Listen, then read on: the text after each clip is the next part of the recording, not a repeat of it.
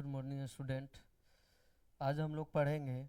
पिछले क्लास में जैसे आप लोगों को बताया था on the basis of number of cell, है ना, कितने प्रकार के ऑर्गेनिज्म होते हैं, यूनिसेल और मल्टी दो प्रकार के, है ना। उसके बाद हम लोग क्या पढ़े थे कि मेम्ब्रेन बाउंडेड न्यूक्लियस जो मेम्ब्रेन, उसके बेसिस पर कितने ऑर्गेनिज्म होते हैं, तो यूकैरियोट्स और प्रोकैरियोट, या ट्रू न्यूक्लियस या ट्रू सेल भी बोल सकते हैं उसको। तो आज हम लोग इस क्लास में पढ़ेंगे क्या कि ऑन द बेसिस ऑफ, है ना, on the basis membrane bounded nucleus, है ना, दो प्रकार के ऑर्गेनिज्म होते हैं। सबसे पहले आपका, है ना, प्रोकैरियोटिक प्रोकैरियोटिक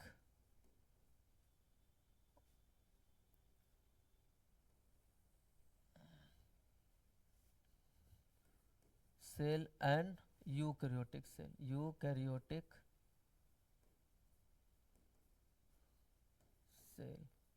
है ना। तो ये दोनों में थोड़ा डिफरेंस हम लोग जानेंगे, प्रोकैरियोटिक सेल और यूकैरियोटिक सेल, है ना। उससे पहले थोड़ा सा हम लोग बता रहे हैं सेल जो आपको खोज किए थे रॉबर्ट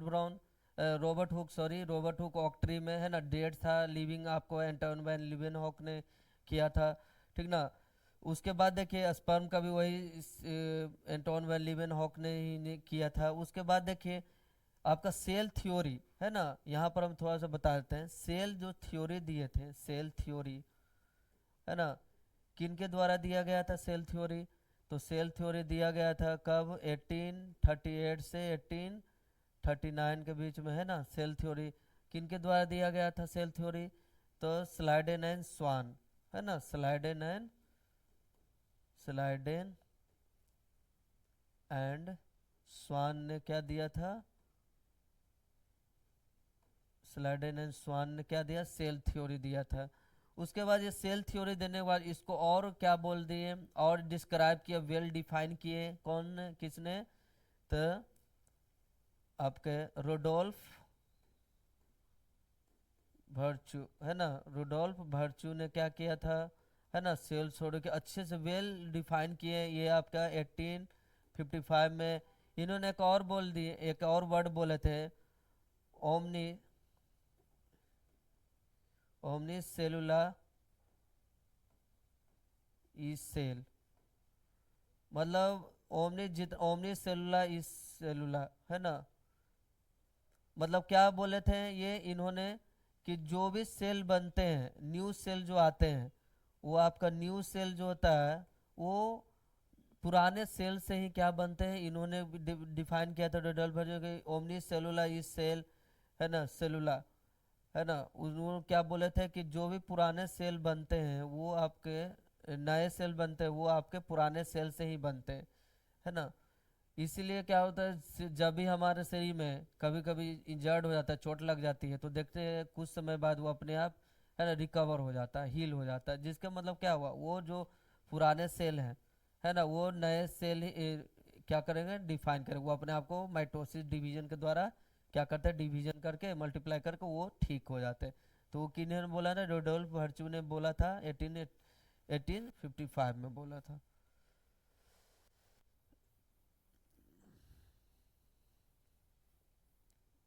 अब देखिए यहाँ पर आ जाइए अब, है ना, प्रोकैरियोटिक सेल और यूकैरियोटिक सेल। तो प्रोकैरियोटिक सेल क्या होता है आपका, सबसे पहले प्रोकैरियोटिक सेल में आपका यूनिसेलुलर यूनिसेलुलर यूनिसेलुलर में यूनिसेलुलर होता है। ये आपका क्या होता है, यूकैरियोटिक जो सेल होते हैं वो आपका, है ना, मल्टी सेलुलर में पाए जाते हैं, है ना। यूनिसेलुलर ये किस में पाए जाएंगे, अगर एग्जांपल पूछेगा तो आपका हो जाएगा बैक्टीरिया, है ना, bacteria and protozoa, bacteria and protozoa, etc कर दीजिए। उसके बाद इसमें मल्टी सेलुलर में, है ना, आपका यूकैरियोटिक सेल होते हैं मल्टी सेलुलर, जिसमें वेल डिफाइन होंगे, मेम्ब्रेन बाउंडेड होते हैं, वेल डिफाइन होते हैं, है ना। सारा का सारा ऑर्गेनेल्स जो होते हैं मेम्ब्रेन बाउंडेड होते हैं। और न्यूक्लियस मेनली इसमें मेम्ब्रेन बाउंडेड नहीं होंगे, इसमें न्यूक्लियर मेम्ब्रेन प्रेजेंट होते हैं, है ना। मल्टी सेलुलर एग्जाम्पल में आप देख लीजिए, मल्टी सेलुलर में क्या हो गए, प्लांट्स एंड एनिमल, है ना, प्लांट और एनिमल में पाए जाते हैं, प्लांट्स और एनिमल में पाए जाते हैं मल्टीसेलुलर। उसके बाद देखिए इसमें अगर देखा जाए तो इसका जो साइज होता है 0.1 to 5.0 माइक्रोमीटर, है ना, 0.1 to 5.0 माइक्रोमीटर होते हैं। और मल्टी सेलुलर में क्या होते हैं, मल्टी सेलुलर सेल में क्या होते हैं आपका, है ना, इसका अगर देखा जाए तो 10 माइक्रोमीटर से, है ना, 200 माइक्रोमीटर तक इन साइज में होता है इसका, है ना। इसमें न्यूक्लियस, न्यूक्लियस क्या होते हैं, न्यूक्लियस इज एब्सेंट, है ना, एब्सेंट होते हैं। उसके जगह पर आपको क्या होते हैं, सर्कुलर डीएनए होता है ना, सर्कुलर डीएनए पाया जाता है, ठीक ना। ये आपका क्या होगा, वेल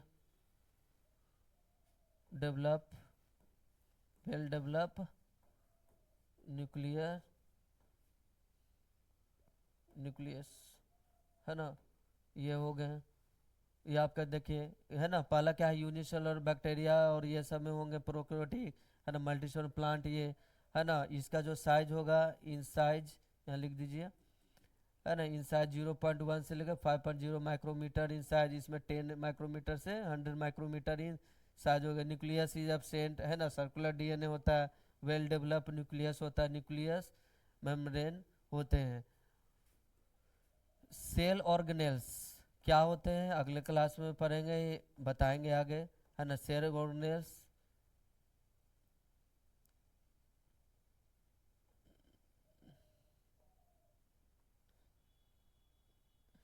सेल ऑर्गेनेल्स ऐसे कर दीजिए, membrane bounded,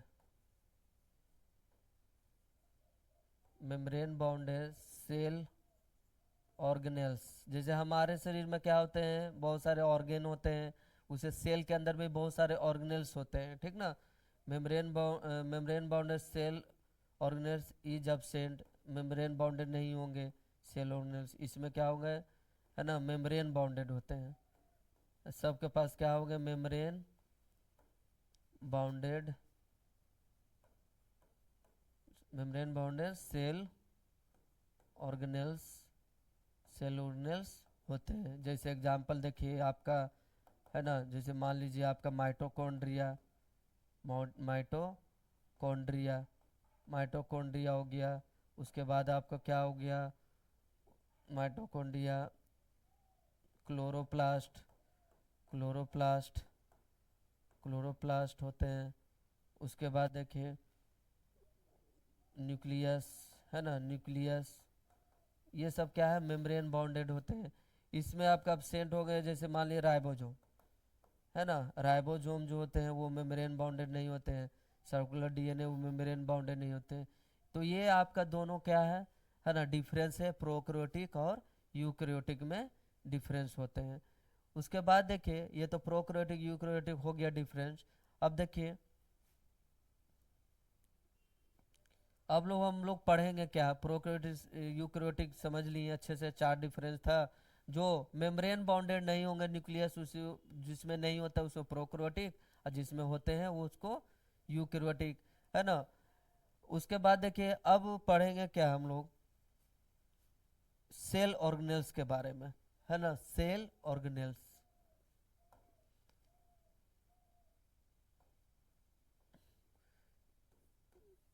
cell organelles, cell organelles. अब देखिए हम लोग को क्या है, अब मल्टी सेलुलर में यूनिसेलुलर तो हो गया, मल्टी सेलुलर में देखिए क्या क्या, मल्टी सेलुलर में दो आएंगे आपका, सेलुलर में, प्लांट में देखिए अलग होते हैं, प्लांट में क्या होते हैं, अलग पाए जाते हैं सेल ऑर्गेनेल्स, थोड़ा सा डिफरेंस है प्लांट्स में, और आपका एनिमल्स में अलग होते हैं, है ना, एनिमल्स में अलग होते हैं, एनिमल्स में अलग होते हैं, है ना, एनिमल्स में अलग पाए जाते हैं। जैसे हम लोग पिक्चर के थ्रू हम लोग देखेंगे प्लांट्स में कैसे क्या क्या होते हैं सेलुलर्स, और एनिमल में क्या क्या होते हैं, तो देखिए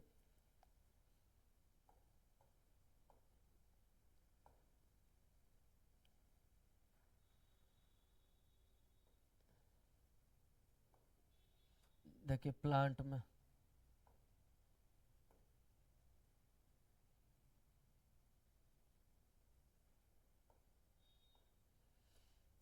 प्लांट का सेल देखिए कैसा होता है प्लांट सेल।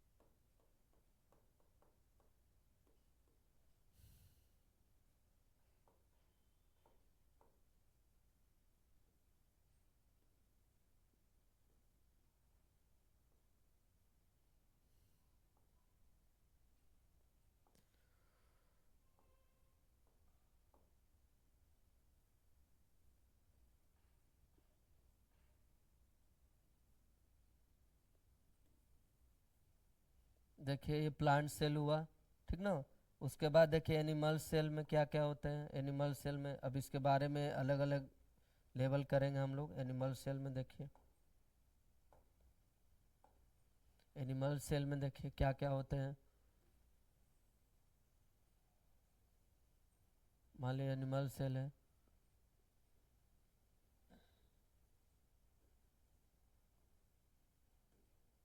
Animal cell.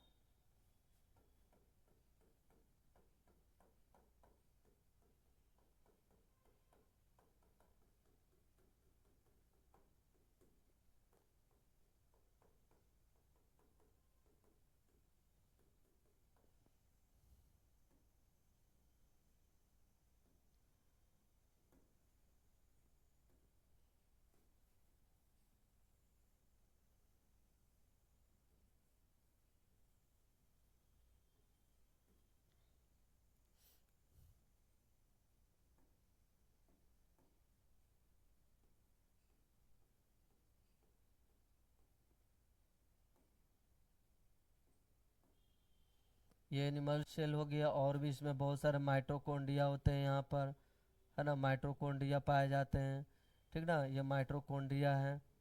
उसके बाद देखिए इसमें वैक्यूल होते हैं, छोटे छोटे वैक्यूल होते हैं, ठीक।